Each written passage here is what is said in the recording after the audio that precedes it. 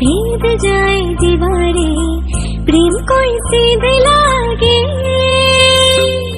अगर मगर बारी बारी जिया को यूं उछाले, जिया नहीं गेंद लागे। फतेह करे। হ্যালো এভরিওয়ান, সবাই কেমন আছো? আশা করি ভালো আছো, সুস্থ আছো। আমাদের চ্যানেলের নতুন আরেকটা ব্লগে তোমাদের সবাইকে জানাই অনেক ওয়েলকাম। তো আজকে হচ্ছে ভিডিওটা ইন্ট্রোটা অন্য জায়গা থেকে স্টার্ট করছি। এটা হচ্ছে আমার শ্বশুর বাড়ি। অ্যাকচুয়ালি আমি বাবার বাড়ি থেকে শ্বশুর বাড়িতে অলরেডি চলে এসেছি, আর ওই জন্য চলো আজকে শ্বশুরবাড়িতে সারাদিন কী করি না করি সবটাই তোমাদের সাথে শেয়ার করব। আর এখন বাজে 9টা, কিন্তু ওয়েদার দেখে একদম মনে হচ্ছে না। তোমরা দেখো শুধু ওয়েদারটা,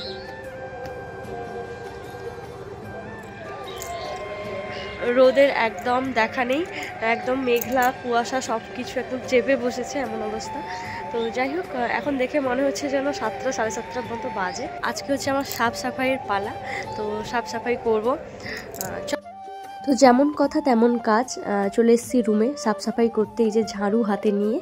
তো প্রায় 21 দিন মতো রুমটা বন্ধ ছিল, ওই জন্য স্বাভাবিকভাবে প্রচুর পরিমাণে নোংরা হয়ে গেছে, ধুলো জমেছে, প্লাস ঘরটা প্রচুর পরিমাণে অগোছালো হয়ে গেছে।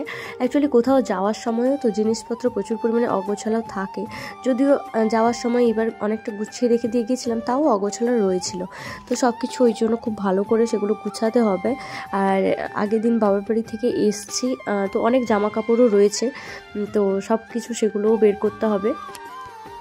আর আজকে যেহেতু রান্নাবান্নার কোনো ব্যাপার নেই, ওই জন্য অনেকটাই সময় পেয়েছি, কারণ আজকে আমাদের যাওয়ার কথা আছে মামা শ্বশুরের বাড়িতে। তো ওই জন্য যদি যাই অবশ্যই তোমাদের সাথে শেয়ার করব। তো চলো আগে এই যে দেখো বেডশিটটা আগে চেঞ্জ করে নিলাম, বেডশিটটা চেঞ্জ করে বিছানাটা আগে গুছিয়ে নিলাম ঝটপট করে।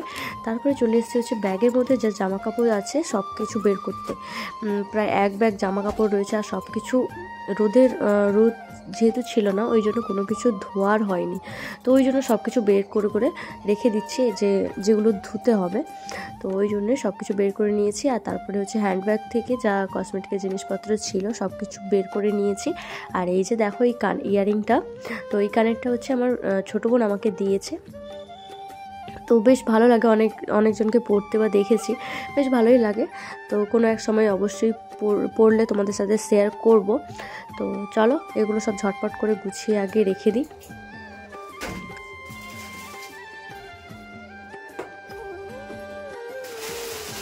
বিছানাটা তো মোটামুটি পরিষ্কার হয়ে গেছে। তারপরে ব্যাগ থেকে সব জামা কাপড়ও বের করে নিয়েছি। তারপরে চলো শোকেসটা একটু ভালো করে পরিষ্কার করে নিই। আর এই যে দেখো এই টেডিটা হচ্ছে আমার হাজব্যান্ড বিয়ের পরে ফার্স্ট বার্থডেতে আমাকে দিয়েছিল। তবে এর সম্পর্কে অনেক কাহিনী রয়েছে। অ্যাকচুয়ালি ও তখন বাড়িতে ছিল না, ওর একজন ফ্রেন্ডকে দিয়ে আনিয়ে আমাকে গিফট করেছিল। তো কেক, তারপরে টেডি সব কিছু। যাই হোক, ওইটাকেও একটু ভালো করে গুছিয়ে রেখে দিলাম। ওর উপরে প্রচুর পরিমাণে ধুলো পড়েছে, আর কতটা ধুলো পড়েছে চলো তোমাদেরকে দেখাই। এই যে দেখো এইরকমভাবে প্রচুর পরিমাণে এরকম ধুলো জমেছে সব কিছুতে। আমি বুঝতে পারি না এত ধুলো যে এখানে কিভাবে আসে, কোথা থেকে আসে, সত্যিই জানি না। তো যাই হোক, সব কিছু ওই জন্য ঝটপট করে পরিষ্কার করে নিই। তো চলো বন্ধুরা, এখন আমি কাজ করতে করতে তোমাদের কয়েকটা প্রশ্নের রিপ্লাই দিই। অ্যাকচুয়ালি অনেকেই আমাকে জিজ্ঞাসা করেছিলে যে আমার চ্যানেলটায় মনিটাইজেশন অন হয়েছে কি হয়নি। তো সেই সংক্রান্ত বিষয়ে তোমাদের সঙ্গে কিছু কথা শেয়ার করি।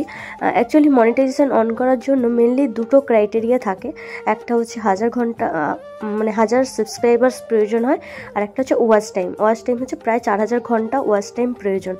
তো যেটা আমি জানি, তো যাই হোক আমার সাবস্ক্রাইবার্সটা কমপ্লিট হয়ে গেলেও কিন্তু ওয়াচ টাইমটা এখনও অবধি কমপ্লিট হয়নি।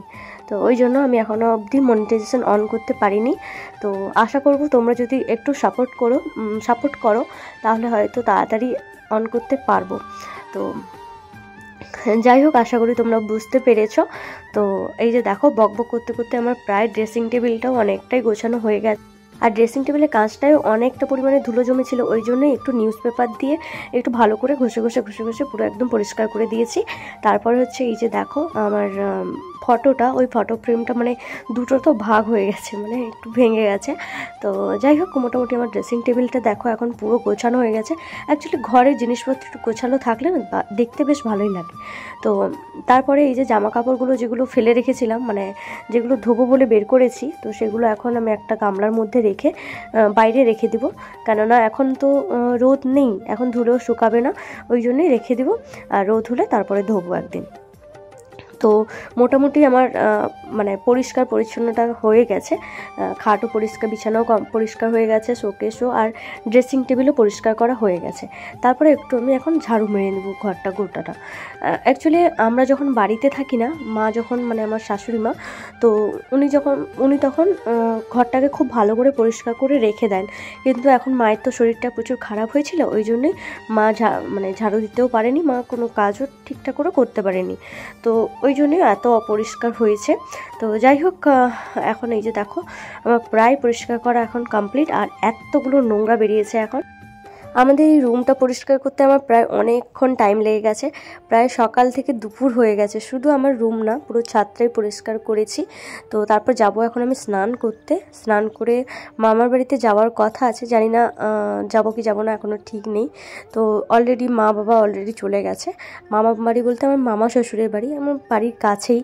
তো আমি আর আমার দিদি যাব কিনা এখনও অবধি ঠিক নেই। তো যাই হোক, আগে স্নানটা করি, তারপরে ঠাকুরকে জলটা দিই, তারপরে ভেবে দেখবো যাবো কি যাব না, না হলে আবার ভাত বসাবো বাড়িতে। তো চলো, আর কেন কী বৃত্তান্ত, কেন যাচ্ছি সবটাই তোমাদের সাথে শেয়ার করব। তো চলো, এখন দেখো স্নান করে এসে আমার ঠাকুরকে পুজো করা হয়ে গেছে। তো ঠাকুরকে পুজো করে তারপর ভাবছিলাম যাবো কি যাব না। তো যাই হোক, তারপরে মত হলো যে যাই, ঘুরেই আসি। তো এই যে দেখো শাড়িটা বের করেছি, এই শাড়িটাই পরে যাবো ভাবলাম। তো মোটামুটি যাব না ভেবেছিলাম ফার্স্ট থেকে, তারপরে বাড়ি থেকে অনেকবার ফোন করলো, মানে মামা বাড়ি থেকে সবাই। তো না গেলে একটা কেমন হয় না, তো সবাই যেহেতু বলছে বারবার যাওয়ার কথা, তো ওই জন্যই রেডি হয়ে নিয়েছি। তো দিদিও যাবে, দিদি ওইদিকে রেডি হচ্ছে আর আমি এইদিকে রেডি হয়ে নিলাম। তো এই শাড়িটা হচ্ছে আমাদের খুবই পছন্দের, আমারও পছন্দের, আমার দিদি বা আমার হাজব্যান্ডেরও খুব পছন্দের। নীল শাড়ি বলে কিনা জানি না, বর্তমান খুবই পছন্দের। তো মোটামুটি আমি খুব সিম্পলভাবে সেজে নিয়েছি। আর হচ্ছে এই যে দেখো, এটা হচ্ছে আমার ফাইনাল লুক। কেমন লাগছে অবশ্যই কমেন্ট করে তোমরা জানিও। তো আমরা প্রায় রেডি হয়ে বেরিয়েছিলাম, 2টো বেজে গেছিলো প্রায়। তো একদম লাস্টে গেছিলাম, সবার লাস্টে। এই যে দেখো, এখন আমাদের বাহনদেবকে বের করানো হচ্ছে, দিদি চালাবে, আমি টুকটুক করে বসে বসে যাব। তো যাই হোক, এখন আমি ভালো করে দরজা টরজা লাগিয়ে তারপর রেডি হয়ে বেরিয়ে পড়ব।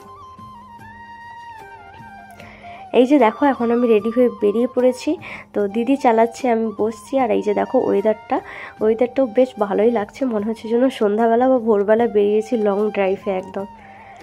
তো একদম গিয়ে ওখানে খাওয়া দাওয়া করে, ওখানে হয়তো ভিডিও করতে আমি পারবো না, কেননা প্রথম ভিডিও বানাচ্ছি, তো খুবই লজ্জা লাগবে তো সবার সামনে।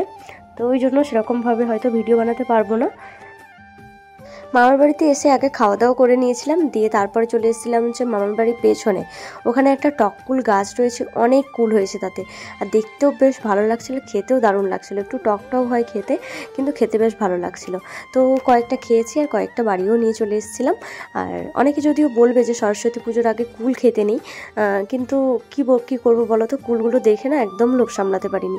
আর তারপর হচ্ছে কুলগুলো দেখতেও বেশ ভালো লাগছিল, খেতেও বেশ ভালোই লাগছিল। তো বেশ পাকা পাকা ছিল, বড় বড় কুল, তো ওই জন্য আর লোভ সামলাতে পারিনি। ফাইনালি এখন আমরা 4 জনই বাড়ি চলে এসেছি। তো বাড়ি এসে এখন ফ্রেশ হয়ে নিব, শরীরটাও খুব একটা বেশি ভালো লাগছে না, হয়তো স্কুটিতে এসেছি ওই জন্য বাতাস লেগে গেছে, তো ওই জন্য হবে হয়তো। তো একটু ঠান্ডা ঠান্ডা লাগছে, তারপর হচ্ছে গাটাও পুরো গরম গরম লাগছে, তো একদমই ভালো লাগছে না, এখন একটু রেস্ট নিব। তো চলো সবাইকে এখন টাটা। ভিডিওটা আমি এখানেই শেষ করছি। ভিডিওটা তোমাদের কেমন লাগলো সেটা অবশ্যই জানিও, লাইক কমেন্ট করে। আর নতুন হলে চ্যানেলটাকে সাবস্ক্রাইব করে পাশে থেকো। সবাই ভালো থেকো, সুস্থ থেকো, দেখা হবে আবার নেক্সট ভিডিওতে। সবাইকে টাটা।